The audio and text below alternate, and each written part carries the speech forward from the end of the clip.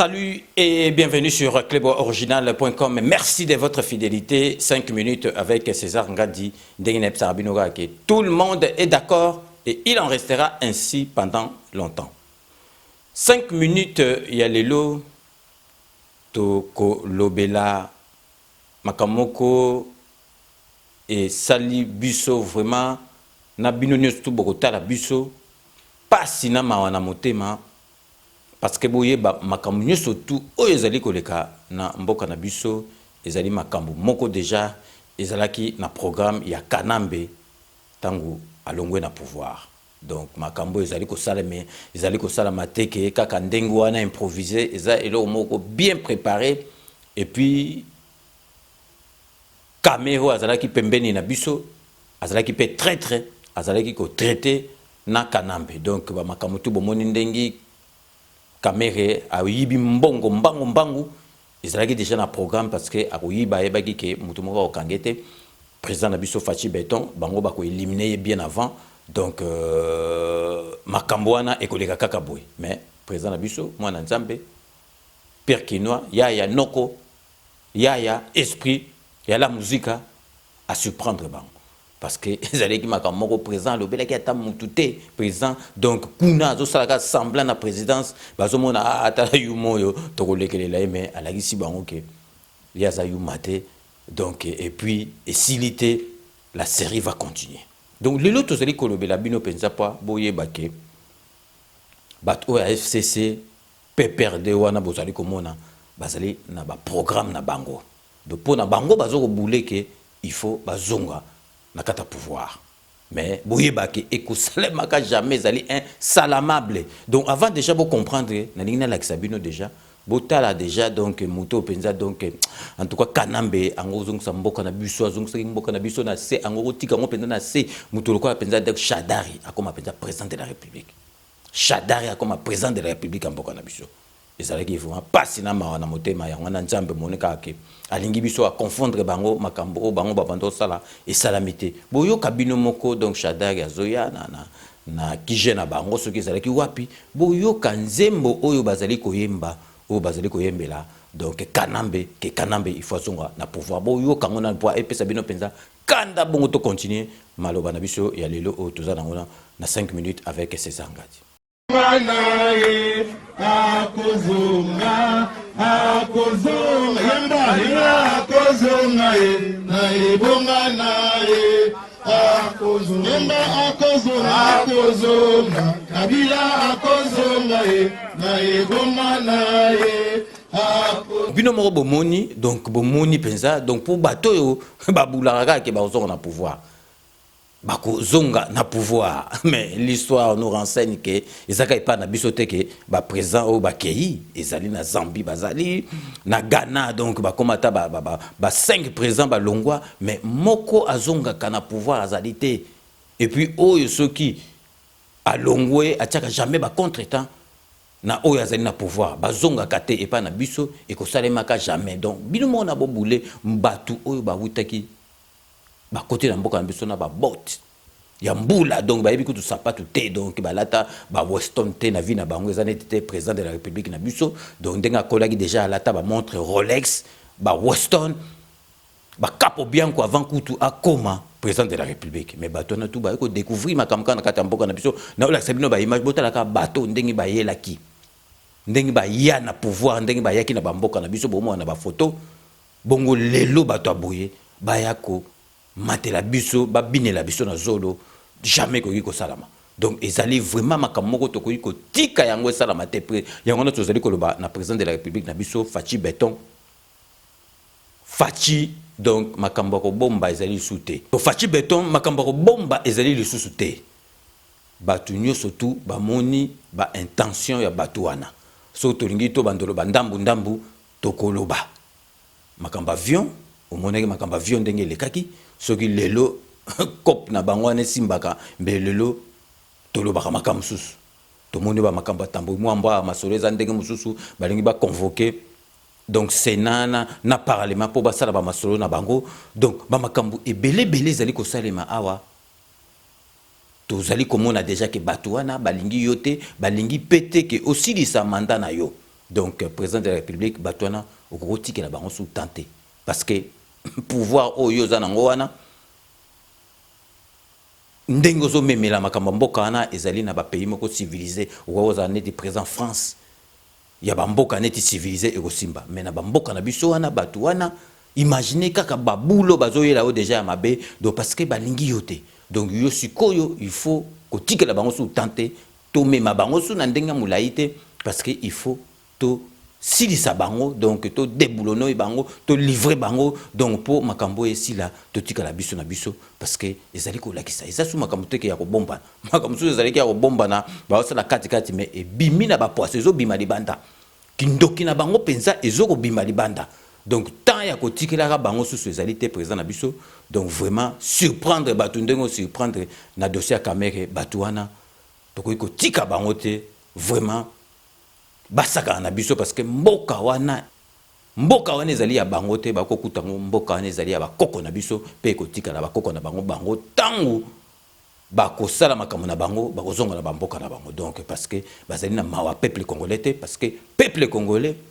azali ndeko na bango te peuple congolais azali ya bango te parce que bango bazali na bamboka na bango mususu donc to marquer na une courte pause publicitaire bobika donc deux partenaires na biso au bazali na biso na kati ya 5 minutes na Clébois original donc Sepela TV na Romain Ilunga le grand traiteur na kati ya Belgique donc restez connectés sur Clébois original à tout de suite. Sepela TV et yena makambu ya sikali susu o ba chaîne ya France eza na kati ba chaîne ya Congo eza na kati ba chaîne ya Londres eza na kati o ngomona makambu ya politique ya sika o parti AA eza na kati au parti BB, au CFAIO, et Zanakati, il y a Sepela TV. Bouquet comme un bouquet boy, au China poche voyager dans le partout lingi. Na bouquet no Sepela TV. Sepela TV. Mais ma buissonne aux hommes, ma buissonne à 4K. Machine ma daka daka. Sepela TV. Bienvenue dans le monde de Sepela TV. Sepela TV est le décodeur qui vous permet de suivre les chaînes du Congo en direct de la diaspora.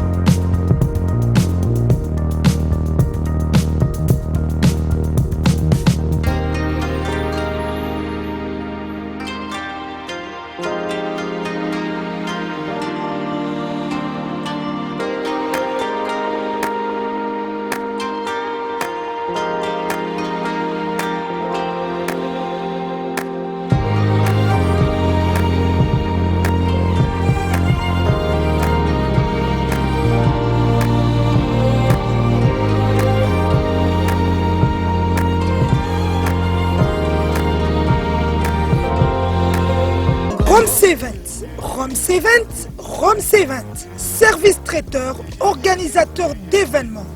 allant du cocktail en passant par les akouskis et le traiteur qu'il faut. Vous avez toutes les spécialités, africaines, européennes, asiatiques, du monde entier. Quel goût, quelle perfection, quelle propreté. La dégustation est au rendez-vous grâce à Rome C20. Vous savez les contacter au 0032 465 22 11 72. Rome C20, le meilleur dans son domaine.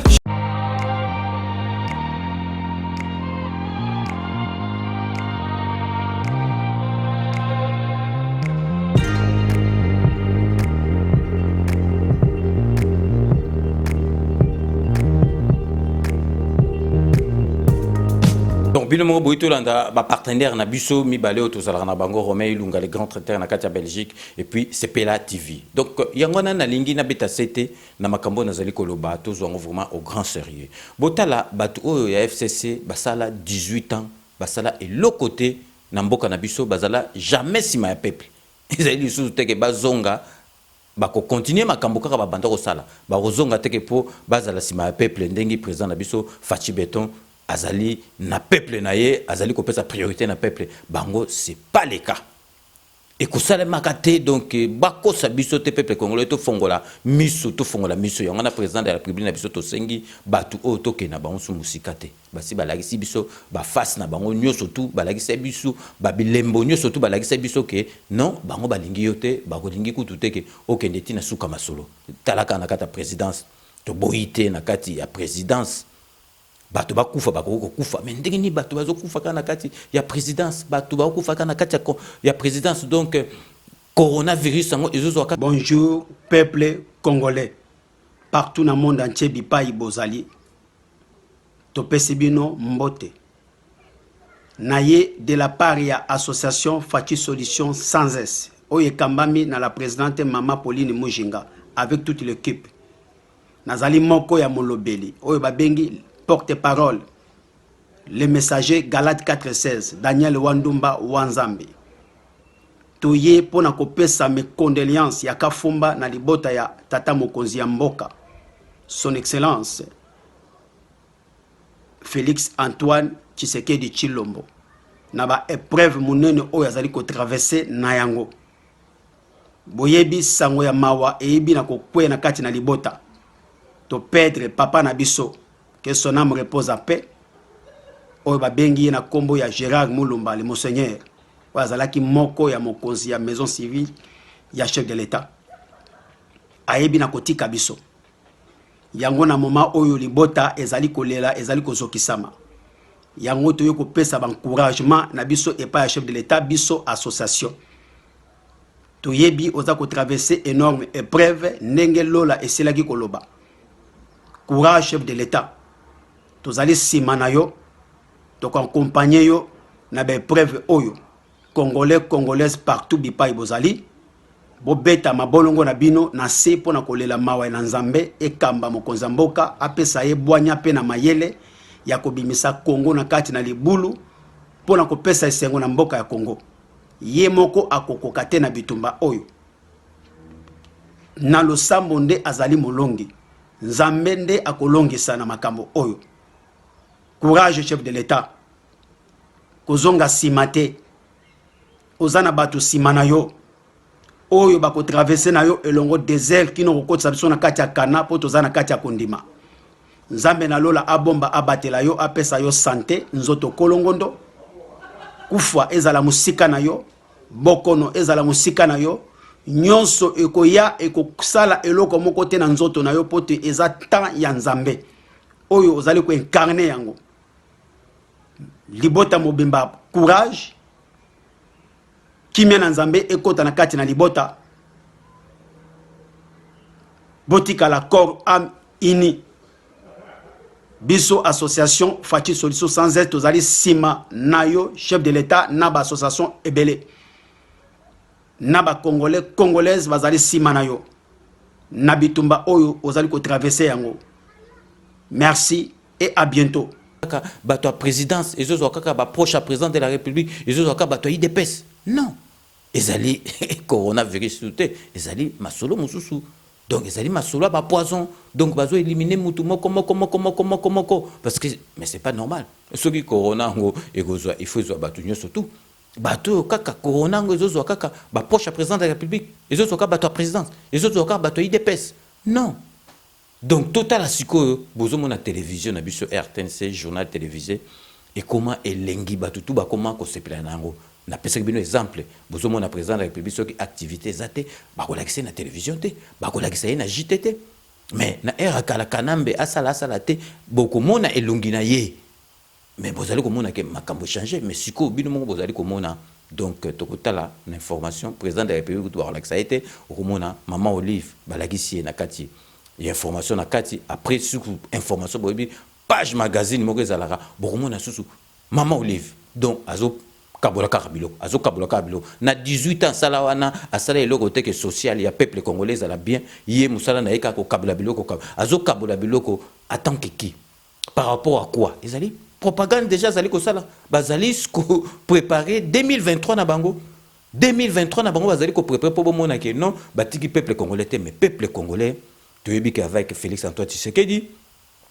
tozali lisusu bazo batendeng tozala ki na kanambe ke misu bazipi biso donc bo timbe la batu o makambo bazali ko sala ezali normal te basala makambo bazali ko sala donc 18 ans boyo babi 18 ans et loko mo basala te hôpital malonga te kolé à peuple congolais malonga te bongo sikoyo bazonga lisusu bokanzi soki bango bazongi bakosala ni pona peuple na biso bakosala eloko te pe ekosalemaka te donc président na biso donc tozali kolobelela yo parce que biso tozali wana base na yo soki likambo ezali fotoloba donc bato wana PPRD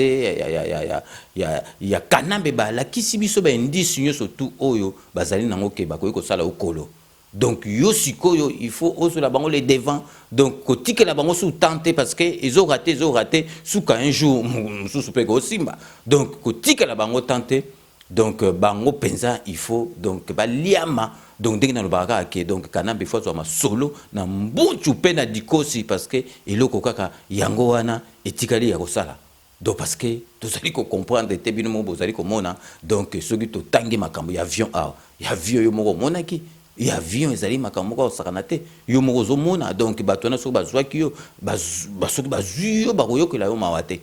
donc vraiment président de la République na biso sala nyonso tout au surprendre batu ndenge kaka omesana ko sala biso toza moto yo zala calme yo moko yebike bolingaka donc batu oyo bazolo babaloba na bango oyebi makambo nini ozali ko sala pe okosala donc président de la République to boyité donc yo moko lobaka maintes reprises ozali dictateur te ba komiso pe dictateur te to boyité démocratie ya mboka na biso tozali ko keinango bien parce que tozomona biloko et salama jamais banda Congo et banda ezali ko salema mais sikoyo démocratie président na biso démocratie à l'africaine ezandenge moko te na ba pays o ya ba poto parce que yo zo mema na démocratie bato yo ozo na bango démocratie bango baroza na tina ya kosala démocratie te bango barosala masolo oyo etangami ya mabe. Donc démocratie c'est bien, le peuple d'abord, donc état des droits, wana kutu, donc rien à dire, tout le monde est d'accord. Mais si le président de la République na batouana démocratie zate, il faut to chipenda pause.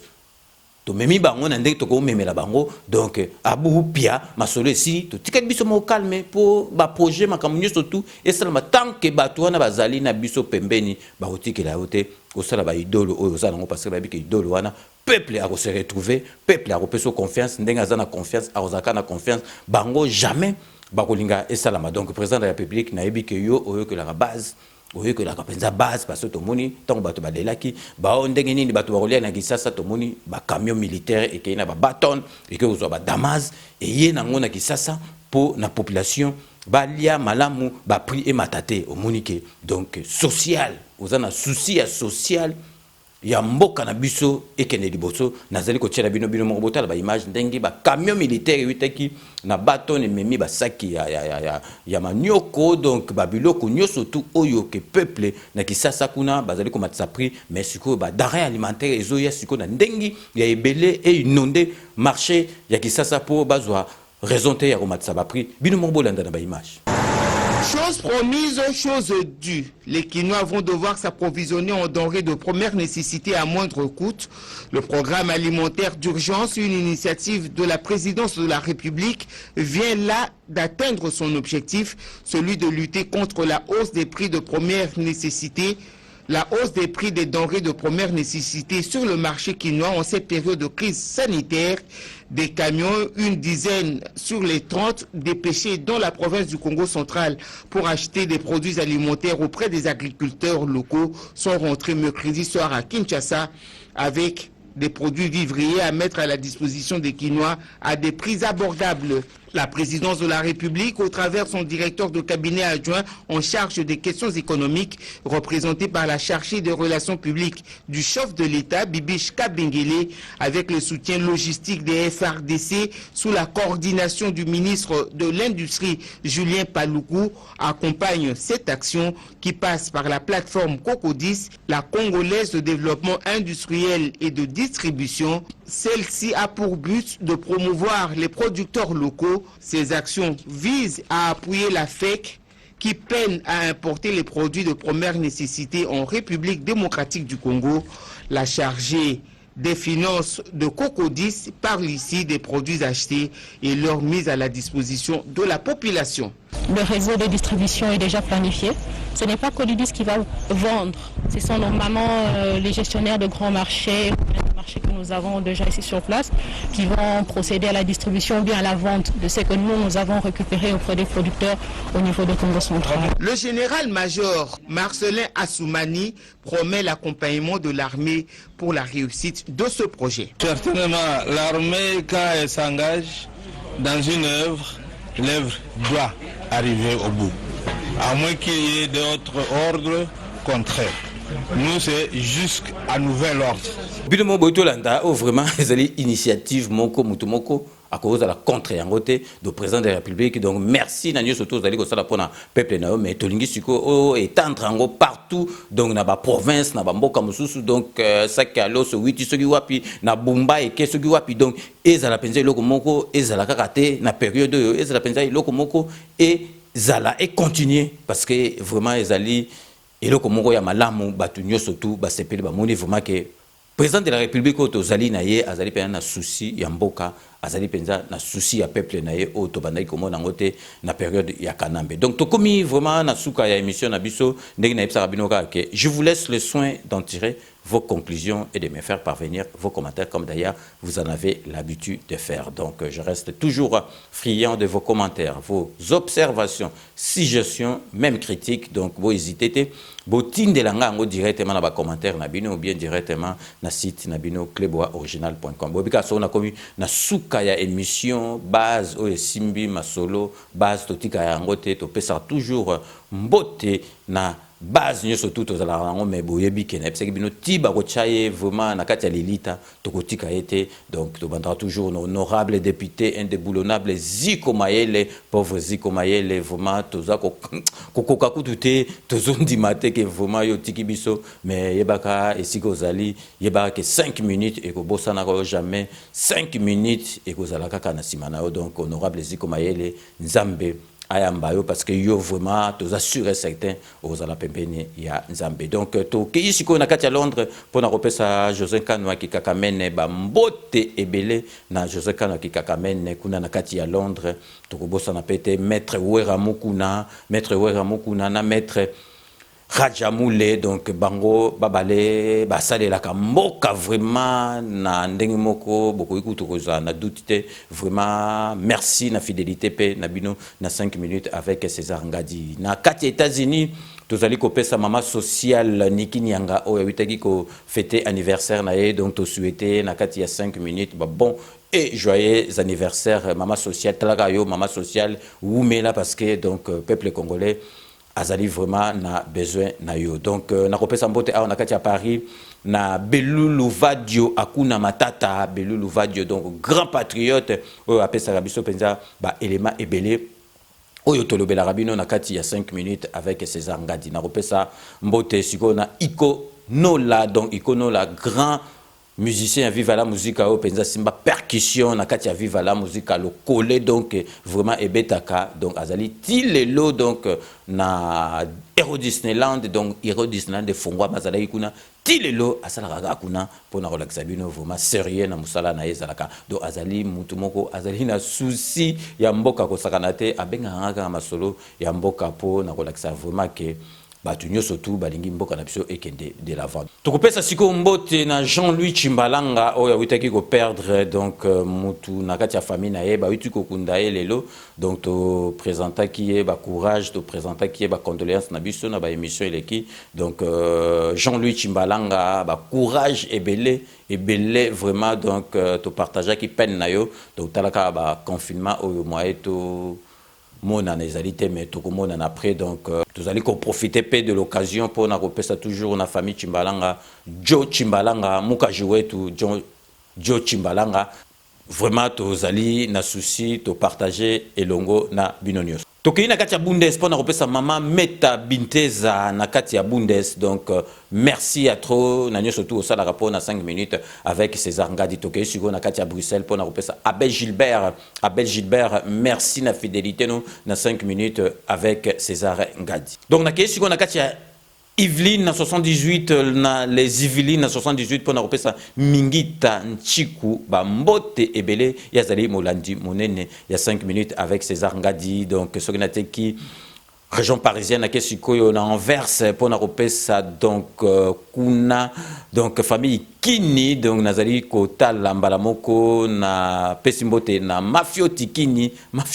donc mikolo azo obligé kangami nanda kumusala donc bazo kendete donc azo vandela ka 5 minutes avec César Ngadi donc na santé tata mwasi Kini donc bango ba vandela ka 5 minutes avec César Ngadi. Siko na kei na kati ya Roni Subwa pona kopesa Yves Luamba ba mbote belé donc yazali molandi monene ya 5 minutes avec César Ngadi. Na kei siko na Kinshasa pona kopesa Guilain Massa yazali ki boyebi kuna na kati ya Tunisie Mexico yazonga na Kinshasa donc azalaka na 5 minutes avec César Ngadi et puis toujours derrière le président de la République donc Guilain Massa ba mbote ebele esika yozali. Donc na kosukisa émission na ba master autokola auto banana bango na adolescence tile loto zalika ka ezali esengo mingi ba master autokola parce que kanambe ba yebisi atanga ba master ba kola ba tanga chi akotanga te mais ngai nazali kotanga donc vraiment nazali kopesa mbote na master nga Dieu de Kumbi donc abenga inga kuta zoki ngate na benga kepe na zoki était donc Dieu de Kumbi merci à trop na ndio soto sala rapport na 5 minutes avec César Ngadi na kotanga susu Blanchard Goma donc mon ami personnel Blanchard Goma donc merci na ndio soto bo sala rapport na 5 minutes avec César Ngadi na robosanate donc Égide de fer donc mutunanga Égide de fer donc yokutu donc 5 minutes olandela ngo de A à Z na robosanate monganga na biso boyebi ke donc a comment représenter émission oyo donc chronique oyo ya santé na français donc monganga na biso Jean-Paul Kaoudi donc ba mbote ebele na Jean-Paul Kaoudi. Donc c'est ainsi que s'achève ces 5 minutes avec César Ngadi. Merci de l'avoir suivi. Nous allons nous retrouver avec grand plaisir dans 24 heures pour un nouveau numéro. Cette émission a été réalisée par Yalolo Chouami, assisté de Doudou Swami de Doudé. Donc restez connectés sur Cléboa Original. Vous n'avez pas tort. D'ici là, portez-vous bien et à très bientôt. N'oubliez pas, tout le monde est d'accord et il en restera ainsi pendant longtemps. Kanambe akozwa masolo na mbuchu penadikos. À très bientôt.